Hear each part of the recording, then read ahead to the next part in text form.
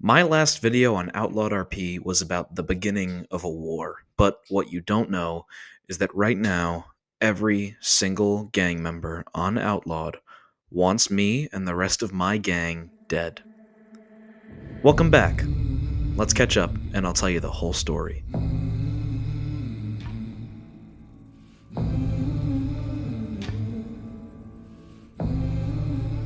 Don't you come back no more. The best of us, the best of the living. Well, we envy the dead.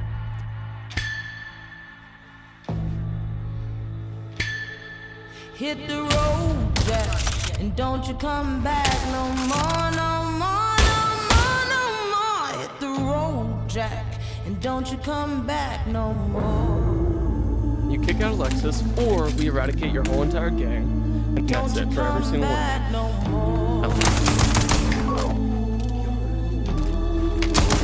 Don't you come back. Give me your money now. I got 6 bullets and half a bottle of whiskey. Which one would you prefer?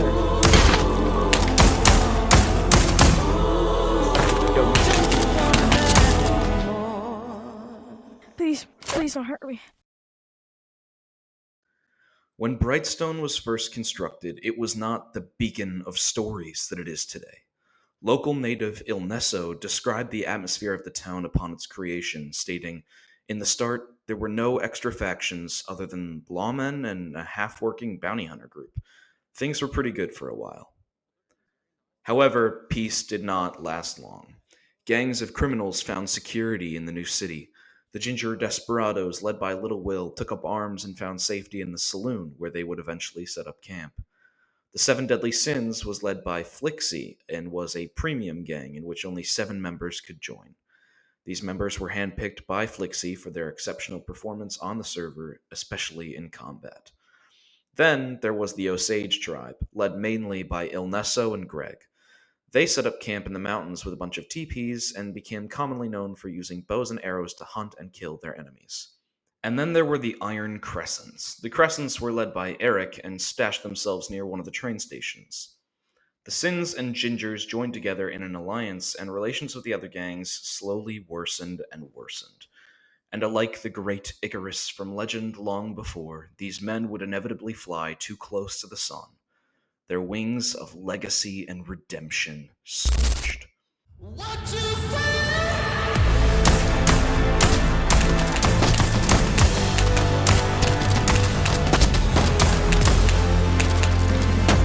When I kill you, you'll be dying as the greatest martyr this world has ever seen. Don't you come back no more. Hello? Hit the road, Jack, and don't you come back no more. Hit the road, Jack, and don't you come back no more, no more, no more, no more. Hit the road, Jack, and don't you come back no more.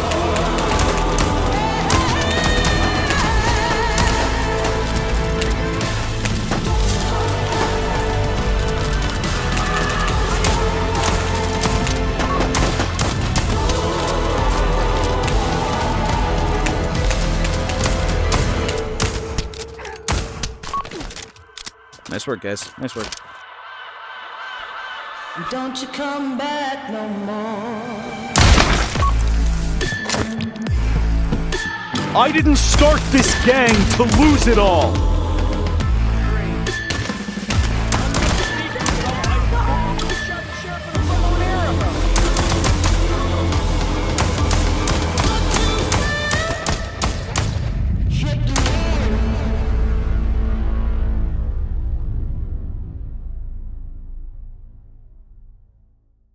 Let's begin.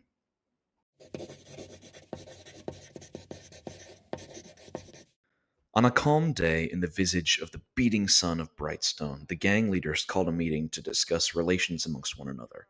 There had been some gang violence in town, so to settle the issues, the gangs all met in one of the train stations, and the leaders formed a circle. I was a member of the Seven Deadly Sins at the time, and since Flixie, myself, and Battledroid were the only available members to show up, Flixie asked me to join the circle. During the meeting, Greg became agitated with the treatment of the Osage people and shot Little Will, causing a huge gunfight to erupt. Shortly after the meeting, all the various gangs waged war on one another. The Iron Crescents had started neutral, but a little bit into the war, they decided to join the Osage tribe. It's also important to note that at some point during this conflict, a member of the Osage tribe killed a law enforcement officer, starting a long-running and incredibly violent feud between the Brightstone Sheriff's Department and the people of the Osage tribe. This war didn't last very long, though, because the Osage and Crescents were forced too much onto their back foot and decided to pay reparations to end the conflict. The standout of this war was absolutely Battle Droid, who easily got the majority of the kills in the initial conflict and helped single-handedly keep the Osage from regrouping and attacking the Sin's Ginger Alliance. But like all things in Outlawed, the peacetime didn't stick around. The Seven Deadly Sins and the Ginger Desperados decided to try the Osage in combat again, considering the fact that they were relatively successful the last time. A meeting broke out in violence, and the Second War officially began.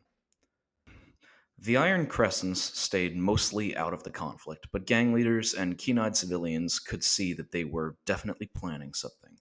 And as the war between the natives and the Sin's Ginger Alliance grew more lethal, the Crescent's presence in town only increased. So, the Sins and Gingers made a decision that would change the course of Outlawed.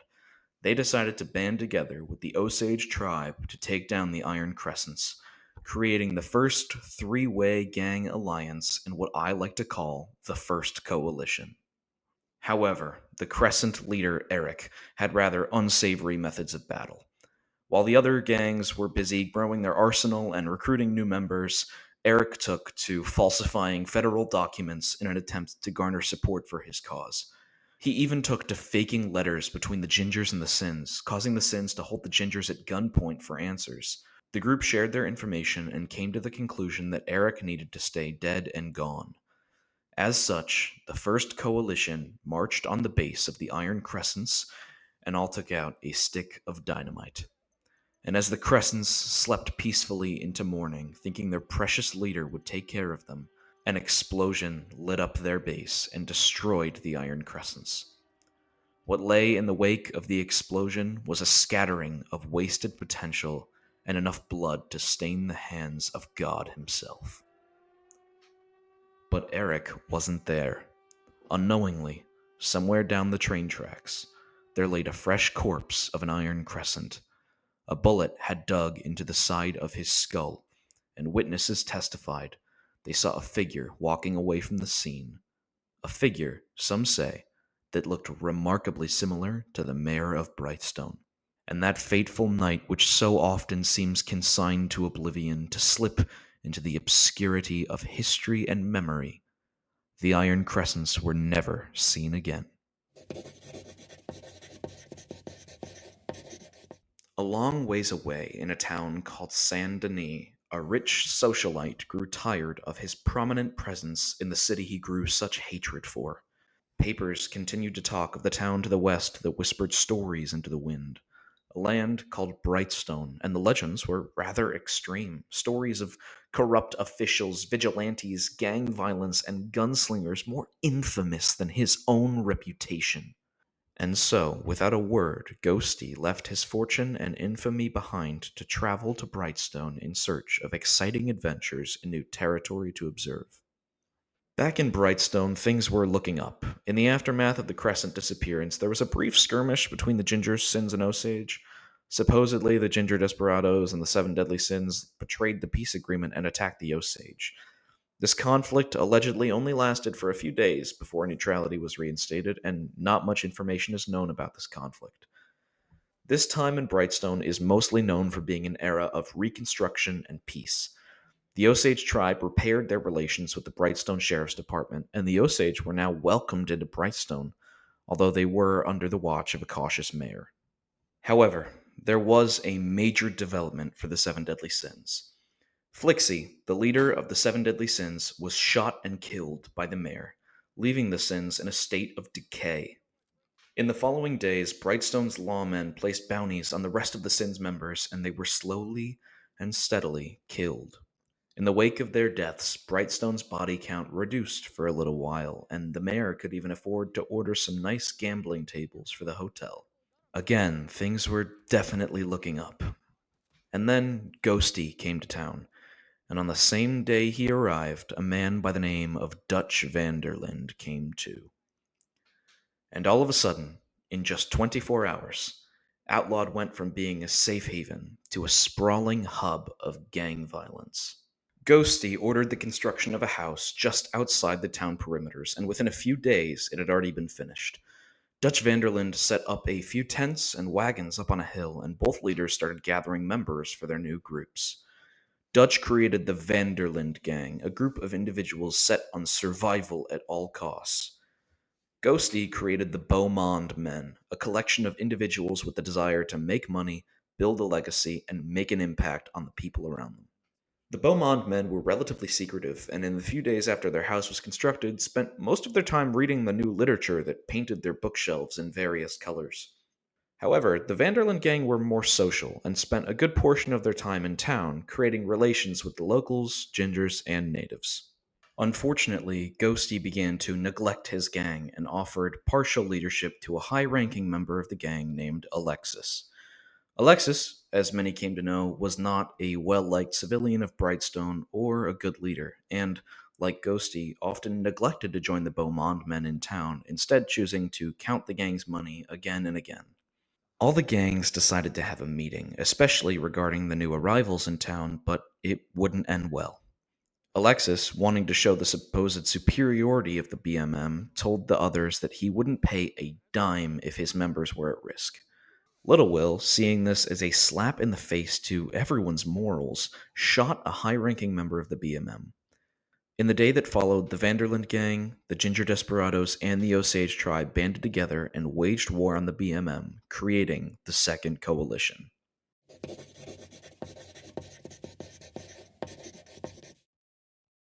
When news of the war declarations reached the BMM house, many decided to leave, with most of them simply joining the other side. Alexis and Ghosty began strategizing on how to inflict the most amount of damage, telling their gang to start killing gang members and retreating to lure the opposition to their house. The Second Coalition instead found this cowardly and made sure to paint the walls with Beaumont blood whenever they caught their enemies in town.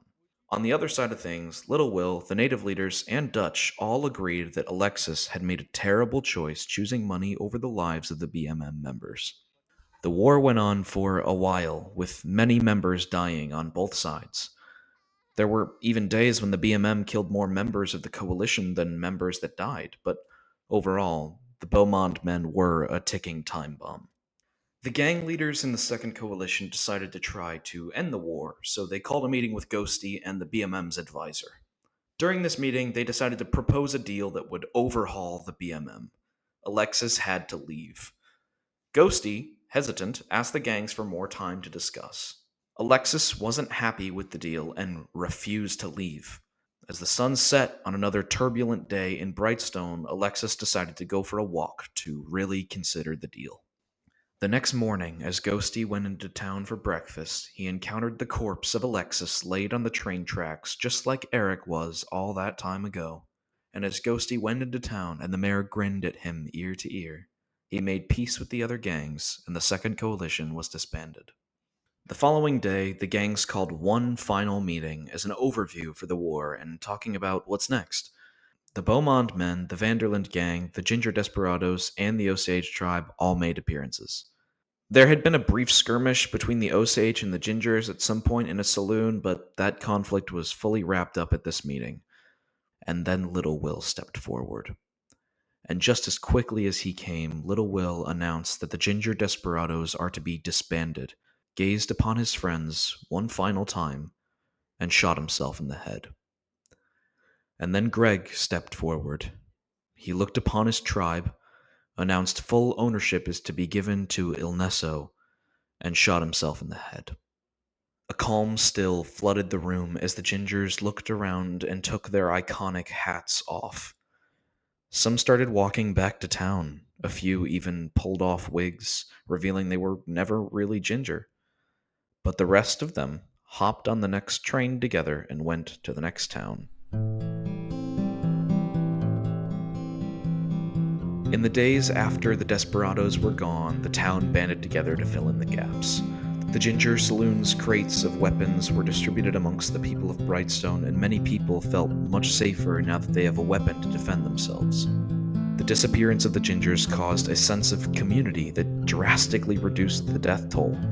The Vanderlins even changed their name to the Equalizers, and Dutch gave up his name for a new, more peaceful one, Waffles. The streets of Brightstone are safer, but I'd be lying if I told you there wasn't more to this story. We could talk about the vigilantes of Brightstone, or the corrupt public servants that take justice and retribution into their own hands. We could talk about the civilians that hunt for Osage in the veil of the night sky. Hell, we could even talk about the fact that tensions are rising right now, but that's a story for another time. It's a new dawn. Now is a time to rebuild. It's a And new despite day. a bright future, we must It's a all new remember that life. despite his angelic wings, Icarus still flew too close to the sun. And I'm feeling good.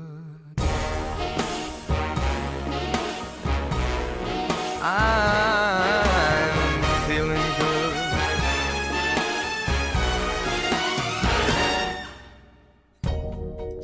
Fish in the sea, you know how I feel. River running free, you know how I feel. Blossom on a tree, you know how I feel. It's a new dawn, it's a new day, it's a new life for me. And I'm feeling good.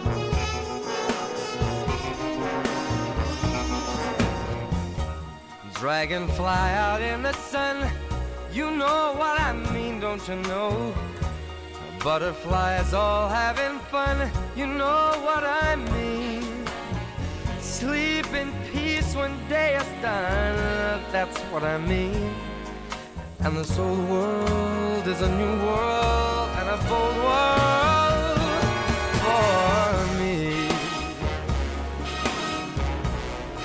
For me.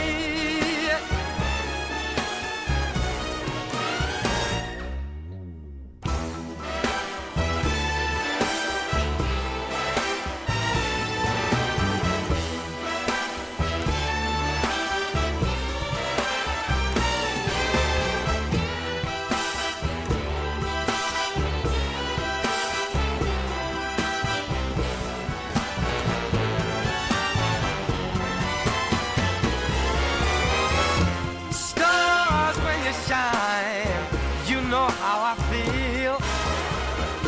Scent of the pine, you know how I feel. Oh, freedom is mine, and I know how I feel. It's a new dawn, it's a new day, it's a new life.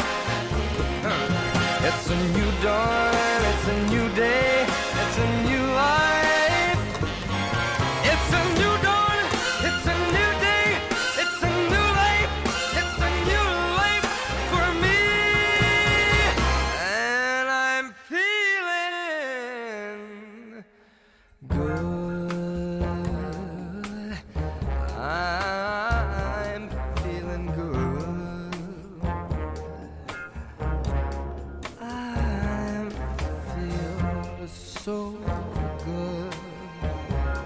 I feel so good.